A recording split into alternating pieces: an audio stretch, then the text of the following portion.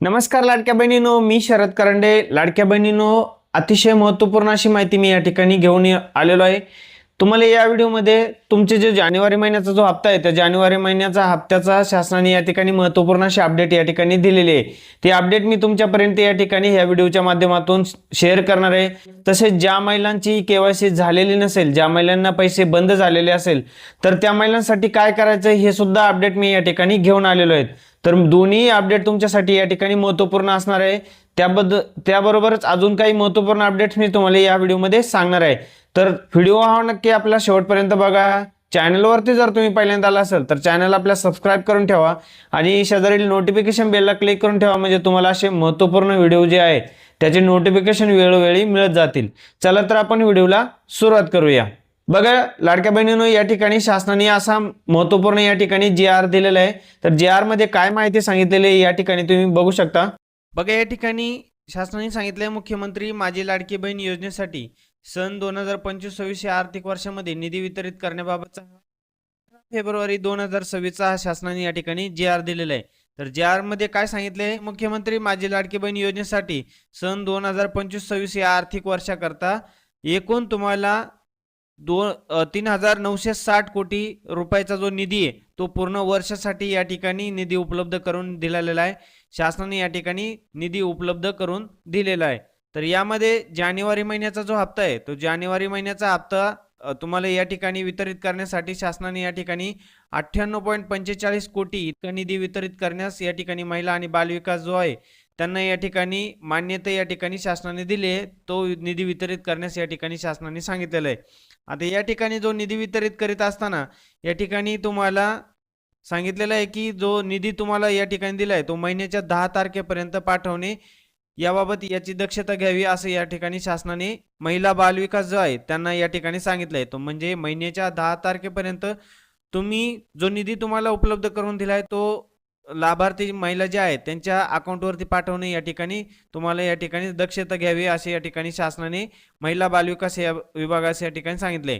तर या ठिकाणी बघा, जर या ठिकाणी ज्या महिला आहेत त्या महिलांमध्ये या ठिकाणी निधी वितरित करत असताना शासनाने या ठिकाणी सांगितले, सामाजिक न्याय व विशेष विभागाच्या अंतर्गत येणाऱ्या संजय गांधी निराधार अनुदान योजना व श्रावणबाळ राज्य निवृत्ती वेतन योजना या अंतर्गत राज्यातील पात्र लाभार्थी महिलांना मुख्यमंत्री माझी लाडकी बहीण योजनेद्वारे जो दुसऱ्यांदा किंवा आर्थिक अनुदान जे मिळतं त्या महिलांना या ठिकाणी जो लाडकी बहीण योजनेचा जो हप्ता आहे तो हप्ता या ठिकाणी मिळणार नाहीये, याची या विभागाने दक्षता घ्यावी असं या ठिकाणी सांगितलेलं आहे. म्हणजे ज्या महिलांना या ठिकाणी संजय गांधी निराधार अनुदान योजना व श्रावणबाळ राज्य निवृत्ती वेतन योजनेअंतर्गत लाभ मिळतो अशा महिलांना या ठिकाणी लाडक्या बहिणीचा जो हप्ता आहे तो हप्ता या ठिकाणी मिळणार नाही. याची सर्व ज्या लाडक्या बहिणी आहेत या लाडक्या बहिणींनी याची दक्षता घ्यावी या ठिकाणी असं शासनाने सांगितलेलं आहे. आता महत्वपूर्ण असा हा जी.आर होता. त्यानंतर आज आहे 22 तारीख. तर या जो हप्ता आहे तो या हप्त्यामध्ये या आठवड्यामध्ये तुम्हाला जो निधी आहे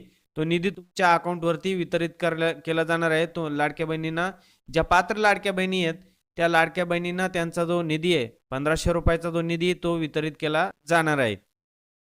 आता लाडक्या बहिणी म्हणत असाल तर कधी येणार आहे आम्हाला हा निधी, तर या आठवड्यामध्ये तुम्हाला तुमचा जो 1,500 रुपयाचा हप्ता आहे तो या ठिकाणी मिळणार आहे.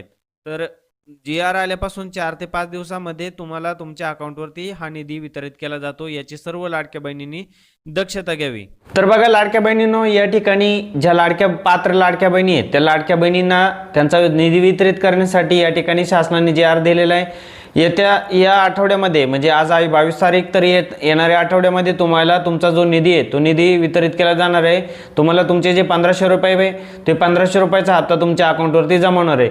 आता या ठिकाणी लाडक्या बहिणींना असा प्रश्न पडला असेल की तो आमचे 1,500 रुपये या ठिकाणी जमा तर होतीलच, आम्ही केवायसी या ठिकाणी केलेले आहे, परंतु आमचे या ठिकाणचे मागील जे हप्ते ते मागील हप्ते या ठिकाणी जमा होतील का, तर मागील हप्ते आम्हाला सर्व मिळतील का, या ठिकाणी असं लाडक्या बहिणींना प्रश्न पडला असेल तर या ठिकाणी शासनाने जे अपडेट दिले ते अपडेटनुसार या ठिकाणी तुम्हाला तुमचे जे जर तुम्ही केवायसी या ठिकाणी जर केलेले असेल, तुमची जी KYC दुरुस्तीसाठी या ठिकाणी शासनाने ऑप्शन दिलं होतं, त्या ऑप्शनमध्ये तुम्ही जाऊन तुमची KYC दुरुस्ती केली असेल तर तुम्हाला मागील सर्व जे हप्ते आहेत ते सर्व हप्ते तुम्हाला या ठिकाणी एकत्रित अकाउंटवरती वितरित केले जाणार आहेत, तुम्हाला या ठिकाणी दिले जाणार आहेत। तुम्हाला जे मागील 2 हप्ते जे आहेत ते 2 असतील किंवा तुमचे 3 हप्ते असतील ते सर्व हप्ते एकत्रित धरून तुम्हाला जानेवारी महिन्याचा हप्ता एकत्रित पकडून तुम्हाला सर्व हप्ते तुमचे वर्ग तुमच्या अकाउंटवरती केले जाणार आहेत। तुम्हाला तुमचे डिपॉझिट म्हणजे तुमचे जे हप्ते तुमच्या अकाउंटवरती डिपॉझिट केले जाणार आहेत।